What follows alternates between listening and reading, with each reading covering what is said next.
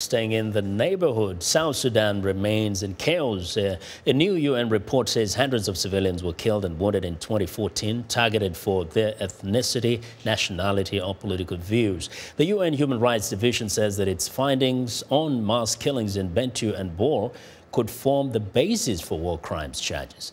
Sophia Gai, a former South Sudan member of parliament, witnessed and survived the massacres. She is visiting the U.S. to advocate for peace and help war-affected people, particularly women and children in Ethiopia, Kenya, Uganda, and the South. Now, Ms. Gai, welcome to Africa 54.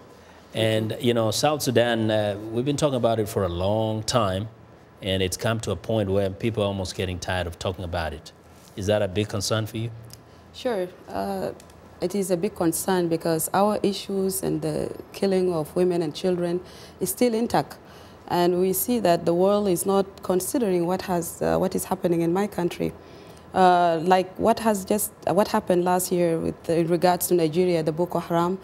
About only 200 girls were abducted, and the whole world turned there. And the same thing with Al-Shabaab. But South Sudan, in particular, Juba, when the incident happened in December, nearly 20,000 plus were killed and targeted, and yet the world has not condemned this as a genocide, and it has not even looked into it like an issue that can be addressed. I think as a priority. The world may not have specifically mentioned genocide in its condemnation of the events in South Sudan, but everybody for a long time, we covered it, talked about the atrocities that have been committed against civilians in South Sudan. Now, tell me, what is it that has not been done by South Sudanese themselves to resolve the issue, but also to help those who have been affected? Well, the international community and the IGAD, they came in to talk about the issues of peace and reconciliation. And we have not seen the root causes to be addressed in that forum.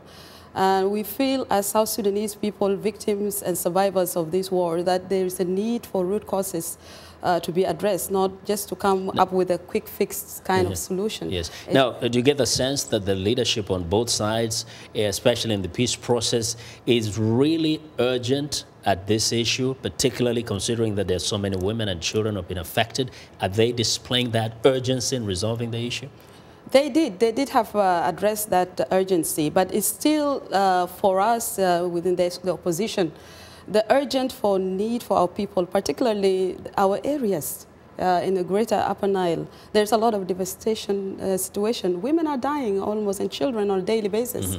And the international community, they have stressed that there's a need for us to discuss the issues of peace critically.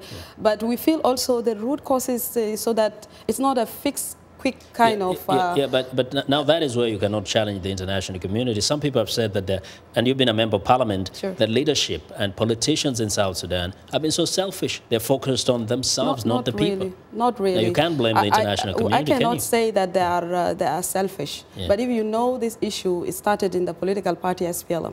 And when it started there, it is unfortunate it has targeted only one community, which is the Nuer people in particular. Given to the fact that, you know, the national issues went and targeted that one because it is an intended kind of war, because President has armed himself and, you know, he actually trained a separate army which is not in the SPLM. So we need to ask, you know, our people are dying, it is true. They are dying in the UNMIS camps, they are dying in the refugees camps in the neighboring countries that are there. And for us as women, we condemn that and we want quick peace to come. But we don't want a peace that will not address issues, because it's a cover-up. It's like putting things under the carpet. So we hope for the best, and at the end of the day, South Sudanese themselves have to be determined to resolve the issue in South Sudan. Ms. Gai, thank you for joining us today. Sophia Gai is a former South Sudan member of parliament. We want to know what you think about Africa 54 and the stories we covered. Join the conversation on Facebook. The address is Africa 54. And check out our headlines 24/7 on voaafrica.com.